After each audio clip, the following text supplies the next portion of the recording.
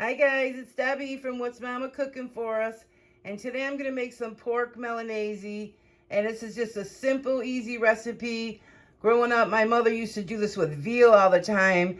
I don't know why she stopped doing veal. I don't know if it got too expensive or what the reason was, but we're going to do pork chops, and they're just really thin cut pork chops, or you can pound yours out a little if you want them even thinner, but I'm not going to worry about that.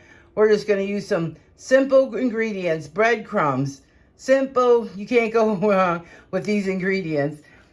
Breadcrumbs, salt and pepper, some olive oil to fry in. Don't use your extra virgin, use your just regular olive oil, or you could use whatever oil you use. And I'm going to use an extra large egg, or you may need two, it depends, but I think we can get away with one. And some pecorino Romano cheese, and some dried parsley. I wish I had fresh. I thought I did, but I'm out. So we're going to just use some dried parsley. And yeah, there's no real recipe. You just sprinkle them with some salt and pepper. Dip them in, you can dip them in flour first if you want to, lightly, and then put them in your breadcrumbs. I'm not sure which way I'm going to go. I never really know until I start doing it. And I'm going to grate up my cheese. I just bought a small block because it can be expensive, and grate that up and just put a little bit of that in. There's no real, measurements. I'll just show you as we go, and it's easy, it's simple. You can have dinner on the table in, 10, 15 minutes. All right, and for the pecorino, I just take this little grater. You can take out your box grater, but I just, gonna get us some shaves. Simple and easy like this. Nothing too serious. Easy, simple. Let you guys get a look. Pretty much that's basically it. Okay. So yeah, so it's just pecorino romano. And you got to be careful with the salt because this is salty cheese. Just want to let you guys know.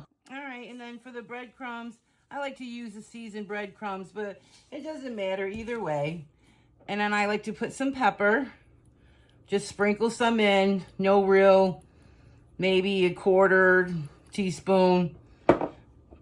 And just a quick shake of some salt. The pecorino. And it's about maybe 2 to 3 tablespoons. Probably more like 2, I guess. I'm using an extra large egg. That way, if I need a little bit more, I'll just put another one in. But an extra large seems to be good enough. I like to put a tiny bit, splash of water in mine. I think it just helps to get it beat. So if you had some fresh parsley, chop it up really small. And you can either put it in your egg or your breadcrumb.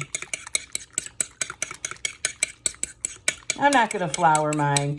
I don't think it's necessary. You can do the 3-step stage where you flour it, egg it, and then the breadcrumbs. But this is how I always did it. My mom always did it like this. So just get your egg ready. Drip that off and get this mixed up. So simple, so easy. In the meantime, put your oil in a large skillet. Use the largest skillet you have. That way, you can cook them all up at once. But if not, you'll have to do batches. I love parsley, so I always put a lot, but about a tablespoon. And that's it. Your station's all set up. I like to get out a tray or a baking sheet or a pan or a plate, and then I like to batter them all up and then have them set for about a good, 15, 20 minutes. No particular time, but you can do them all up, put them in the fridge, and have them all ready for later, and then everything's all set for dinner. But make sure you take them out before you get ready to cook them so they can come to room temperature. You don't want to ever cook cold meat. Okay, so let's get these started. All right, so I'm just going to give these some sprinkle of pepper. Don't go overboard. Just give it a little bit And then just a tiny sprinkle of salt. Because the pecorino, I gave it a taste and it's salty for sure. And then, of course, flip them all over and do it on the other side. So, let's get that done.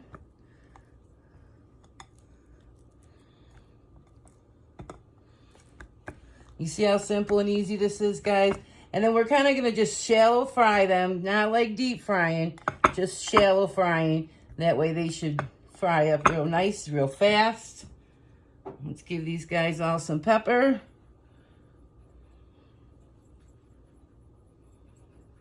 I can't wait to have these for dinner. Oh my gosh.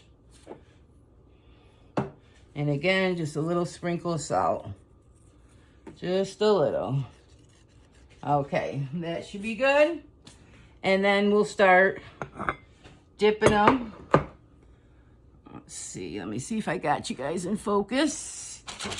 And I got a plate, a pan with a, what do you call it, parchment on it, or you can just use a plate. It's no big deal. Put a couple of them in.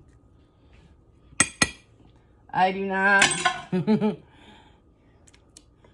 use utensils for this because I think your hands are your best tool. I don't care what anyone says. Use your hands, pat it in, because you want to make sure you got good coverage. Because if you don't, grease seeps in. Okay, and then there we go. We'll just lay it over there. And we'll just do another one. Just to show you how easy, how simple. See that, guys? And then in the meantime, put another 2 in, get them ready, and you're done with this in 5 minutes. And get them all set up on your sheet like this, and we'll be ready to go. I'm gonna let these sit for a little bit, but I'm gonna keep going, and I'll be back once I get them all done. Okay, guys, 3 to 5 minutes later, you're all ready to fry. So I'm just gonna let these sit for about 15 or 20 minutes, and then get my oil hot and then get frying. Or you can put these in the fridge for later. You don't even have to really cover them, just stick them in there. Or if you want, you can put something over them and have them, you know, a few hours later. So they're all set to go. And it was so easy and so simple. I mean, if you blinked, you might have missed it. All right, guys, I got my enamel cast iron pan that I'm going to use, but you can use whatever your favorite skillet is. I already emptied out one of my other bottles, so I just wanted to use that up, so that's what was in there. So we're not going to put too much. We're just shallow frying. And then we're going to let this heat up. I got it on a little above medium, so it's kind of between medium and high. So while this heats up, I just have a rack here on a plate with some paper towels. Simple and easy. No big deal. If you put them on the paper towel kind of makes your whatever you're making soggy, so I like to put a rack. But you don't have to. You can just use paper towels. I did that for years. Worked out fine. I usually wait and see if this is ready. You can always stick a wooden spoon in there. If you get bubbles, it's ready. Not ready. And you can always put a little bit of breadcrumb in there. And it's sizzling a little bit, but not enough. It's getting there. It should just take another minute or so. And then sometimes once I put my meat in the pan, I turn the heat down just a little because I got it up, like I said, so that it'll come up to temperature. Let's try it one more time.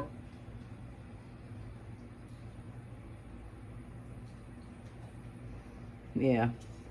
With that wooden spoon, it's not doing anything, but let's try another. And I sometimes put my hand over there. If I can't leave it there for more than a second, then it's ready. If I can leave it there, it's not ready. And just wait till we hear another little sizzle and we'll be ready to go. All right, let's put one in and see. Oh yeah, you hear that nice sizzle? Lay them in nicely so that you don't have to move them now. So let's see if we can get 4 in there. And then we can do 2 pans instead of 3. There we go. So look at those beauties. You hear those sounds? So we're gonna give them about 2 minutes, and then we'll see where we're at. While they're frying, just try to give them a little push. Don't force them, because you'll rip the, see this one ain't moving? Oh, there it goes. Because you'll rip the batter off. So see, let's look. Not close. It's been exactly 2 minutes, so we might have to go about 3. We'll see. All right, it's only been 2.5 minutes, but this one looks like it's ready.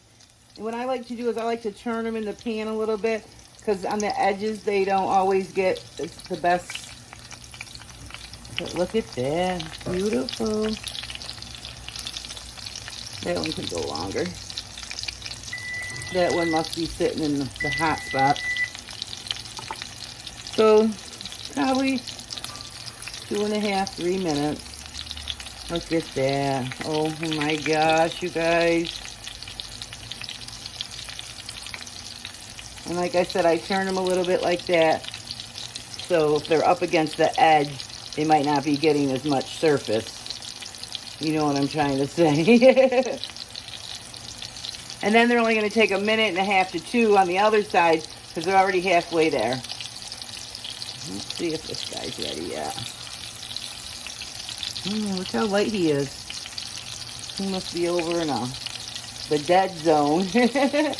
And then give them a little push again to see if they move, but don't force them. And look at how beautiful these are, you guys. Look how simple and easy this was. And these make the best sandwiches the next day on just a roll, or on even some just bread. Amazing, delicious. Or chop it up, put it in your salad for your make-ahead meals. Always be careful flipping them so you don't take your breading and coating off. Let's see if this guy is ready yet. There we go. These guys are going to be almost done before that one's ready. See? And this is just olive oil, but you could use vegetable oil. And you see, I only have a little tiny bit in there. It barely comes up halfway. And we're going to check this one because he cooked fast the first time. Nope, he's not ready yet. Nope, not that one either.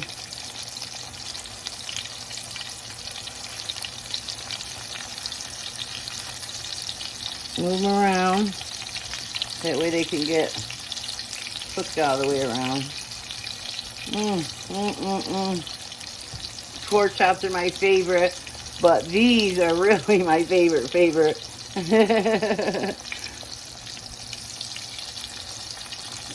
Let's see how this guy's doing.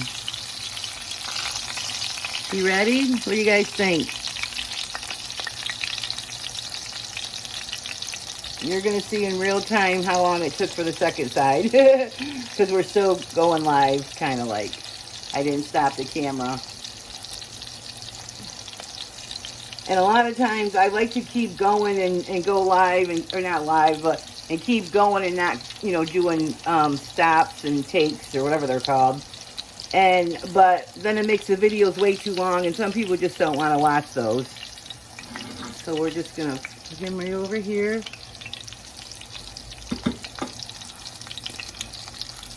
And this one too. Oh, yummy. Oh my gosh. We're going to let him go another minute. And then what I like to do is before I put the next batch in, because I'm doing 2 batches because I have 8 pork chops, let that one finish up. But I always like to, when the last one comes out, is take a minute and let your oil come back up to temperature because it drops. I think that's good. So let's wait a second and make sure that comes back up to temperature. And it just takes a minute, less than a minute.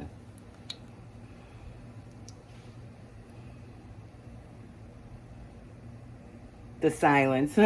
Oh my gosh, you guys. These are going to be so good. I can't wait to eat them. Yep, ready. And then I like to turn it down just a little bit now because the second batch is going in. The first batch usually takes a little bit longer because the grease is really fresh.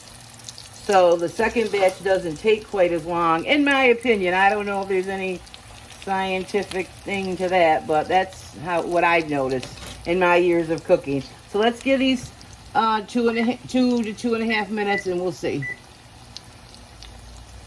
All right, so 2 minutes for this side, and now we're gonna go 2 minutes on the other side. So, yep. So I'm gonna get a plate and plate them up and let's dig in. OMG. Oh my gosh, you guys. Oh my Lord Jesus, look at this. If this isn't just pure perfection, we have to pray over this. Lord, thank you for this food because this is just too much of a blessing. And go in and look, you guys. Wow. Wow. Yum, yum, yum. Woo. I gotta catch my breath because I'm excited. I'm excited to take my bite. Look at this. Who likes to take a bite, you know, right when it comes out? But look at this. Look at that, you guys. Oh. Oops. Got a little blurry.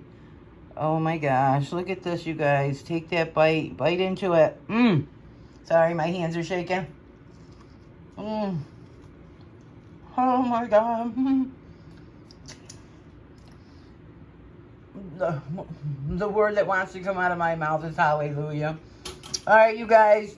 I want you to give this a try. It's so easy. It's so simple. We fried up the pork chops in less than 10 minutes. I mean, they were 2 minutes on one side. Yeah, less than 10 minutes. And you can't go wrong. Just make them up. Make them up how you like them. I use a thin pork chops so that, you know, they're going to cook really fast. And putting a little squeeze of lemon on them makes them even better. Look at this. Whoa, sorry. Did that really just fall on the floor? Yes, in the middle of my video. Just give it a squirt. And look at that. Oh my gosh.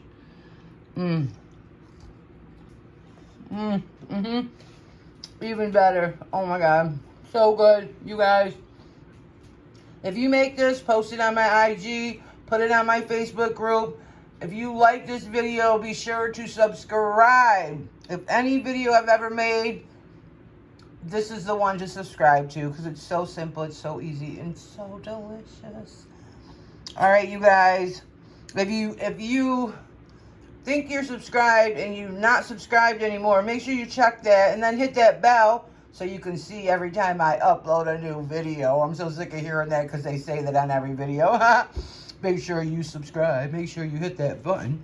But anyway, guys, this cannot get any easier. And I love you guys. Give me some love. Hit that like button. Share this recipe. And thanks for watching. And thanks for supporting me. Be blessed, guys.